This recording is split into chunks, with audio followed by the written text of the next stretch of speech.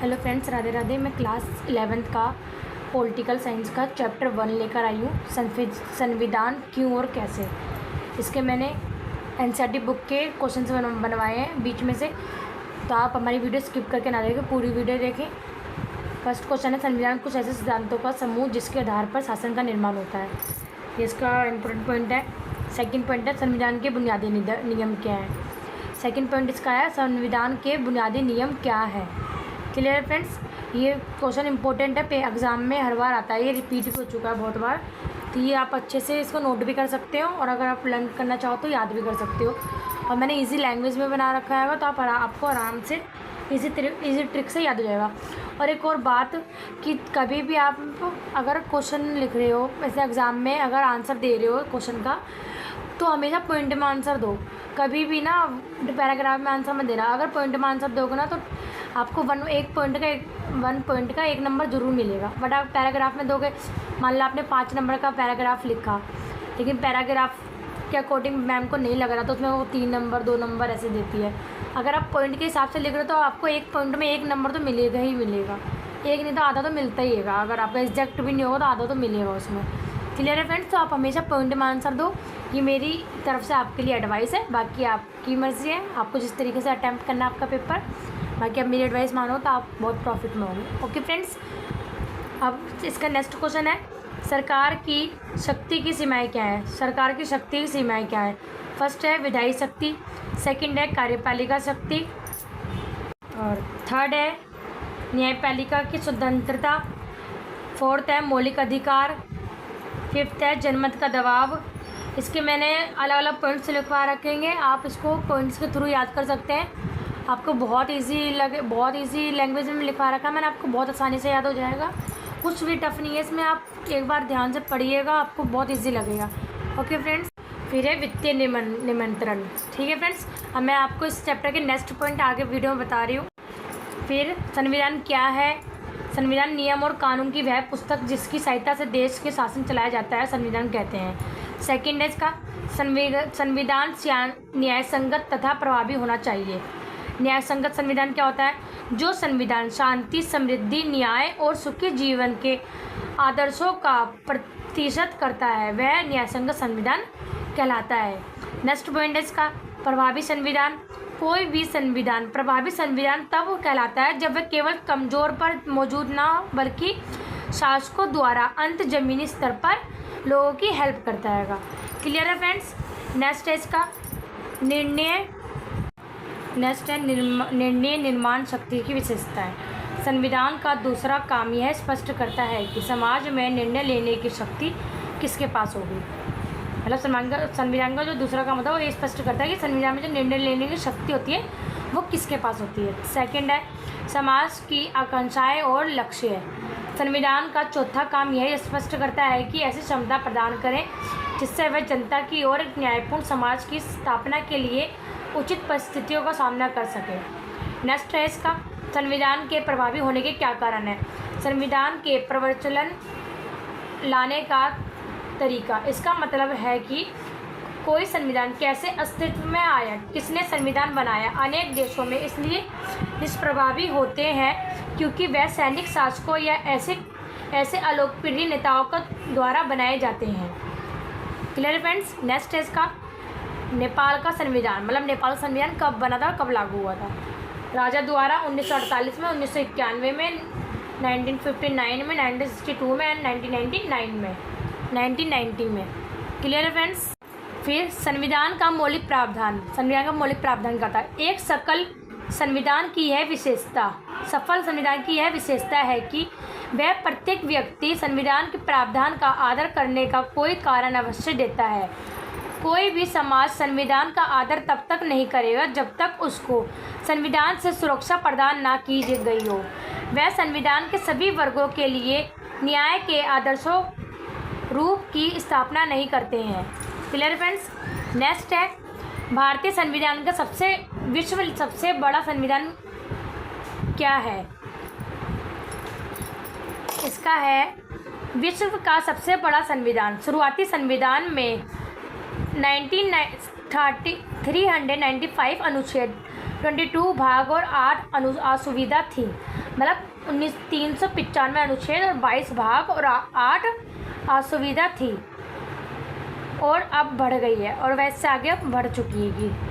अनुच्छेद भी बढ़ चुके हैं, हमारे भाग भी बढ़ चुके हैं। Clear friends. संघात्मक व्यवस्था। भारतीय संविधान द्वारा संघ सरकार और राज्य सरकारों के बीच 3 सूचियां, संघ सूची, राज्य सूची एवं समवर्ती सूची, हर शक्तियों का बंटवारा किया गया है। मतलब संघात्मक व्यवस्था में 3 सूची में बंटवारा कर रखा है हमारा, संघ सूची, राज्य सूची और समवर्ती सूची। इन 3 सूची में बंटवारा किया गया है संघात्मक व्यवस्था का। नेक्स्ट है धर्मनिरपेक्षता। भारत का संविधान धर्मनिरपेक्ष है। भारतीय संविधान में भारत के प्रत्येक नागरिक का धर्म के क्षेत्र में स्वतंत्रता प्रदान की गई है तथा भारत का संविधान किसी धर्म पर आधारित नहीं है। मतलब भारत में हर संविधान, हर प्रजाति के, हर जाति के लोग मिलेंगे आपको। हमारा भारत किसी भी एक जाति पर निर्भर नहीं है, आधारित नहीं है, मतलब उस जाति पर। एकल नागरिकता। भारत के संविधान में एकल नागरिकता का प्रावधान है, जिसका अर्थ है कि भारतीय नागरिकता का प्रावधान है, जिसका अर्थ यह है कि भारतीय नागरिक भारत के साथ किसी दूसरे देश की नागरिकता नहीं ले सकता। मतलब एकल नागरिकता में यह है कि जो भारतीय नागरिक होता है वो किसी दूसरे देश की नागरिकता नहीं ले सकता। नेक्स्ट, वयस्क मताधिकार। भारत संविधान वयस्क मताधिकार प्रदान करता है, जिसका अर्थ है कि भारत का हर नागरिक प्रतिनिधित्व का चुनने में योगदान दे सकता है। 1989 में वोट डालने को न्यूनतम आयु 21 से 18 वर्ष दी गई है। नेक्स्ट है कठोर और लचीलापन का समन्वय। भारत के संविधान में कोई भी आसानी से बदलाव नहीं ला जा सकता, परंतु अगर बदलाव आवश्यक है तो उसे लाया जा सकता है। क्लियर है फ्रेंड्स। इतनी इजी लैंग्वेज में लिखवा रखा, आप पढ़ोगे आपको पढ़ के समझ में आ जाएगा कि इस लाइन का मतलब क्या है। क्लियर है फ्रेंड्स। संविधान के उधार का थैला क्यों कहा जाता है? संविधान को उधार का थैला क्यों कहा जाता है? भारतीय संविधान को उधार का थैला इसलिए कहा जाता है, भारतीय संविधान को उधार का थैला इसलिए कहा जाता है क्योंकि भारतीय संविधान के प्रावधान देशों से लिए गए हैं। नेक्स्ट है ब्रिटिश संविधान। सार्वत्रिक मत के आधार पर चुनाव में जीत का फैसला। फर्स्ट। सेकंड, सरकार का संसदीय स्वरूप। थर्ड, कानून के शासन का विचार। फोर्थ, विधायक में अध्यक्ष का पद और उनकी भूमिका। फिफ्थ, कानून निर्माण की कोई विधि।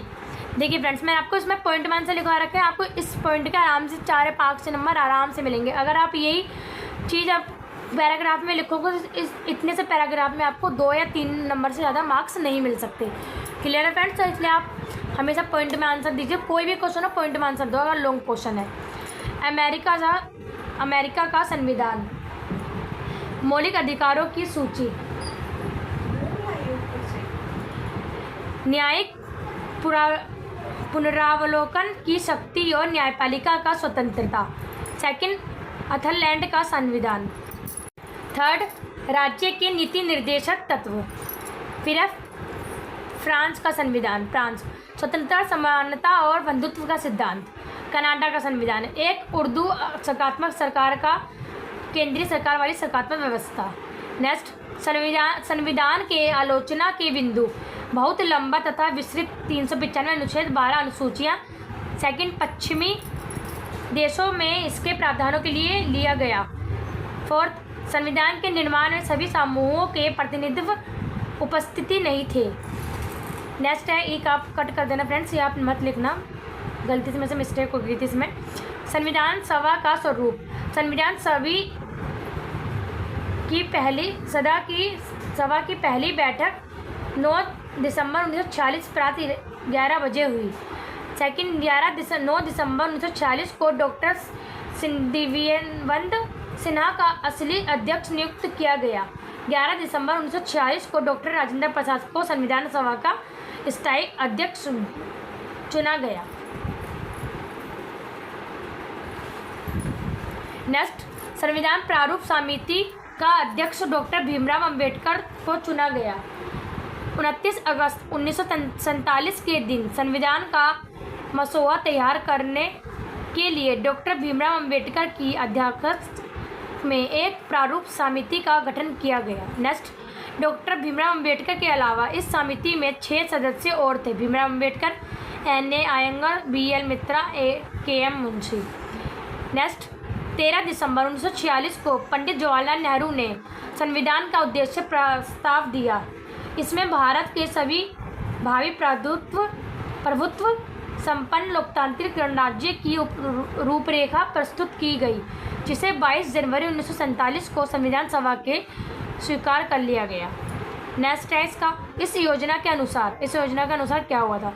संविधान निर्माण निकाय की सदस्य संख्या 389 निर्धारित की गई। 292 ब्रिटिश इंडिया, 93 देशी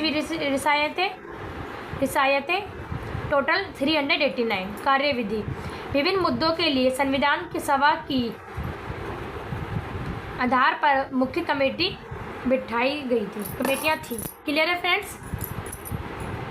यहाँ पे फिनिश होता है और इसमें मैंने आपको एनसीईआरटी बुक में से क्लास 11th का संविधान क्यों और कैसे बना है, मोस्ट इंपॉर्टेंट क्वेश्चंस हैं। आप हमारी वीडियो को स्किप करके ना देखें, पूरी वीडियो देखें।